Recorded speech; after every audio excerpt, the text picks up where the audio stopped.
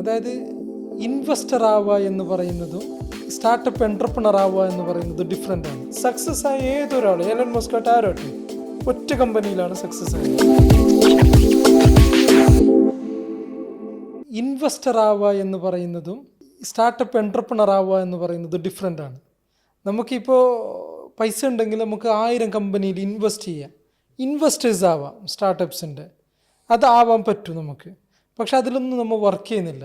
പക്ഷെ ഒരു company success ആക്കണമെന്നുണ്ടെങ്കിൽ ആ ഒറ്റ കമ്പനിയിൽ മാത്രമേ ഫോക്കസ് ചെയ്യാൻ പറ്റൂ. അതിൻ്റെ പോയിന്റ് ഇതാണ്. അതായത് സക്സസ് ആയ ഏതൊരാൾ, എലൻ മസ്ക് ആയിട്ട് ആരോട്ടെ, ഒറ്റ കമ്പനിയിലാണ് സക്സസ് ആയത്. ജെഫ് ബെസോസ് ആട്ടെ, ഒറ്റ കമ്പനിയിലാണ് സക്സസ് ആയത്. വാരൻ ബഫറ്റ് ആട്ടെ, ഒറ്റ ഇതിലാണ് സക്സസ് ആയത്. സക്സസ് ആയിട്ട് ഒരു ബില്യണറിലായിട്ടാകുമ്പോൾ അല്ലെങ്കിൽ ഒരു ഹൈ നെറ്റ്വർത്ത് ഇൻഡിവിജ്വൽ ആയതിനു ശേഷം പിന്നെ നമുക്ക് ഫ്രീഡമാണ്. പിന്നെ നമുക്ക് ഡൈവേഴ്സിഫൈ ചെയ്യാം. നമ്മളെ റവന്യൂ ഡൈവേഴ്സിഫിക്കേഷനാണ് ആക്ച്വലി. അല്ലാതെ അവർ ഏർലി സ്റ്റേജിൽ തന്നെ 5 കമ്പനി ഉണ്ടാക്കിയിട്ട് കൊണ്ടുവന്നതല്ല എലൻ മസ്ക്. ഒരു കമ്പനി ഉണ്ടാക്കി, അത് സക്സസ് ആയി, വീണ്ടും ഒരു കമ്പനി ഉണ്ടാക്കി, അത് സക്സസ് ആയി, വീണ്ടും ഒരു കമ്പനി ഉണ്ടാക്കി, അത് സക്സസ് ആയിട്ടാകുമ്പോഴേക്കാണ് പുള്ളി 3 കമ്പനി തുടങ്ങുന്നത്. ഒന്ന് സ്പേസ് എക്സും ടെസ്ലാവും പിന്നെ സോളാറിൻ്റെ. അത് 3ലും ഇൻവെസ്റ്റ് ചെയ്താണ്. അതായത് പുള്ളി കിട്ടിയ പൈസ ഇൻവെസ്റ്റ് ചെയ്തിട്ട് 3 കമ്പനി സ്പ്ലിറ്റ് ചെയ്തിട്ടുണ്ട്. 70-10 മില്യനാണ് എനിക്ക് തോന്നിയത്. എന്നിട്ടും അവിടെ ലൈഫ് വർക്ക് ബാലൻസ് ഒന്നുമില്ല. പിന്നെ പുള്ളി ഓഫീസിൽ തന്നെയാണ് കിടന്നുറങ്ങുന്നുള്ളത്, ഓഫീസിൽ തന്നെയാണ് കിടന്നത്, അതെന്നാണ് വീടായത്. എന്നിട്ട് ടെസ്ല ഓൾമോസ്റ്റ് ബാങ്ക്രപ്റ്റഡ് ആയിരുന്നു. അതേപോലെ സ്പേസ് എക്സ് ഓൾമോസ്റ്റ് ബാങ്ക്രപ്റ്റഡ് ആയിരുന്നു. സോളാറിൻ്റെ കഥ ഇപ്പം എനിക്കറിയില്ല എന്തെന്നുള്ളത്. അവിടെ നിന്ന് രണ്ടാമത്തെ ഫീച്ചേഴ്സ് ക്യാരക്ടർ വന്നു, എൻ്റർപ്രണർഷിപ്പിൻ്റെ ക്യാരക്ടർ, നെവർ ഗിവ് അപ്പ് എന്ന് പറയുന്നത്. ആ നെവർ ഗിവ് അപ്പ് ആണ് എലൻ മസ്കിനെ ഇന്നത്തെ എലൻ മസ്ക് ആക്കി വന്നത്. ദ പോയിന്റ് എന്ന് പറഞ്ഞാൽ focus in one, what ever you do doesn't matter. എന്നെ ആൾക്കാരെന്ത് പറഞ്ഞാൽ അതിൽ തന്നെ ഫോക്കസ് ചെയ്ത് വർക്ക് ചെയ്യും.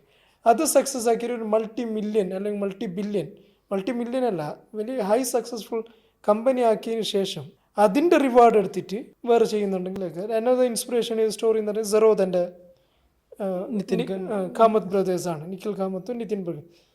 അവർ അവന് പറയുന്നത് 20 years സെറോദയിൽ വർക്ക് ചെയ്തത്. മേ ബി ആഫ്റ്റർ 10-15 years ആയിരിക്കും അത് സക്സസ് ആയത്. സക്സസ് ആയതിനു ശേഷമാണ് പുള്ളി ഇപ്പോൾ കുറേ സ്റ്റാർട്ടപ്പിൽ ഇൻവെസ്റ്റ് ചെയ്യുന്നുണ്ട്. അതായത് സക്സസ് ആയതിനു ശേഷം ആ ഫണ്ട് ഉപയോഗിച്ച് റവന്യൂ ഡൈവേഴ്സിഫിക്കേഷൻ. പക്ഷെ അത് ഇൻവെസ്റ്റ്മെന്റ് ആണ്, ഇൻവെസ്റ്റ്മെന്റ് അല്ലാതെ അവർ ബിസിനസ് റൺ ചെയ്യുന്നില്ല. ഈവൻ അതിന് പോലും മാനേജ് ചെയ്യാൻ വേണ്ടി ബോർഡ് ഉണ്ടാവും, ടീം ഉണ്ടാവും, അത്രത്തോളം സ്ട്രക്ചർ ഉണ്ടാവും. ഇപ്പോൾ നിതിൻ കാമത്തിൻ്റെ അവരിപ്പോൾ അർബസ്കോയിൽ ഇൻവെസ്റ്റ് ചെയ്യുന്നെന്ന് വിചാരിക്കുക, അർബസ്കോൻ്റെ പാർട്ട്ണറാവും. പക്ഷെ that doesn't means there working ചെയ്യില്ല അവർ ഒരിക്കലും. അവർ ഇൻവെസ്റ്റർ ആവുക. ഇൻവെസ്റ്റർ 400 കമ്പനി എത്രത്തോളം പൈസ ഉണ്ട് അത്രത്തോളം ഇൻവെസ്റ്റ് ആവും. അതിൽ ചിലത് സക്സസ് ആവും, ചിലത് ഫെയിൽ ആവും, സബ്ജക്റ്റ് ടു അത് ആൾക്കാർ. ഇനി ഇവർ ഇൻവെസ്റ്റ് ചെയ്യുമ്പോൾ വിചാരിക്കുക, ഇവർ ചോദിക്കുക നിങ്ങൾക്ക് എത്ര കമ്പനി ഉണ്ടെന്നുള്ളതാണ്. 2 കമ്പനി ഉണ്ടെന്ന് പറഞ്ഞു കഴിഞ്ഞാൽ അവർ ഇൻവെസ്റ്റ് ചെയ്യില്ല. ഒരു ഇൻവെസ്റ്ററും ഇൻവെസ്റ്റ് ചെയ്യില്ല. ഈ പറയുന്ന റിച്ചാർഡും ഇൻവെസ്റ്റ് ചെയ്യില്ല, ഇനി നിഖിൽ കാമത്തും ഇൻവെസ്റ്റ് ചെയ്യില്ല. അവർ ഇൻവെസ്റ്റ് ചെയ്യുക ഒരു ഇതിൽ ഫോക്കസ് ചെയ്യുന്ന ഒറ്റ ഇതിൽ കമ്പനിയിൽ മാത്രം, എൻ്റർപ്രണർഷിപ്പിൽ മാത്രം ഫോക്കസ് ചെയ്യുന്ന, ഒരു ബിസിനസ് മാത്രം ചെയ്യുന്ന അത്രത്തോളം ഫോക്കസ്ഡ് ആയിട്ടുള്ള എൻ്റർപ്രണേഴ്സിൻ്റെ മാത്രമേ ഇൻവെസ്റ്റേഴ്സ് ഇൻവെസ്റ്റ് ചെയ്യുള്ളൂ. അല്ലാതെ ഇതില്ല. അത് സിംപ്ലി 2 ഇതാണ്. അപ്പോൾ നിങ്ങളിപ്പോൾ ആഷിക്ക് ചെയ്യുന്ന മാർക്കറ്റിംഗ് അല്ല, മാർക്കറ്റിംഗ് ആണ് നിൻ്റെ ഡൊമൈൻ എന്ന് പറയുന്നത്. നീ പറഞ്ഞ് നിനക്ക് സ്കില്ലുണ്ടെന്ന് പറഞ്ഞ് നീ അക്കൗണ്ട്സും കൂടി പോയിട്ട് ചെയ്യുന്നു. ഇത് പ്രായോഗികമായിട്ട് നടക്കുന്ന കഥയാണ്, കഴിയില്ല. എന്നു വിചാരിക്കും എനിക്ക് എത്ര സ്കില്ലുണ്ടെന്ന് വിചാരിക്കും, എനിക്ക് 2 മാനേജ് ചെയ്യാൻ പറ്റില്ല. അതിൻ്റെ ഇടയിൽ വേറൊന്നും വന്നിട്ടുണ്ടെങ്കിൽ HR-ഉം കൂടി ഞാൻ തന്നെ ചെയ്യാൻ വെരി ടാലൻറ്റഡ് എന്ന് പറഞ്ഞ് അത് ചെയ്യാൻ പറ്റുമോ? വേണ്ട. ഞാൻ അവിടെ റിസപ്ഷനിൽ ഞാൻ പോയിട്ട് റിസപ്ഷനിൽ ഞാൻ അവിടെ ഇരുന്നിട്ട് അവിടെ തന്നെ ഞാൻ ഡിജിറ്റലും ചെയ്യാം, അവിടെ തന്നെ ഞാൻ അക്കൗണ്ട്സും ചെയ്യാം, അവിടെ തന്നെ ഞാൻ HR-ഉം ചെയ്യാം. പ്രായോഗികമാണോ?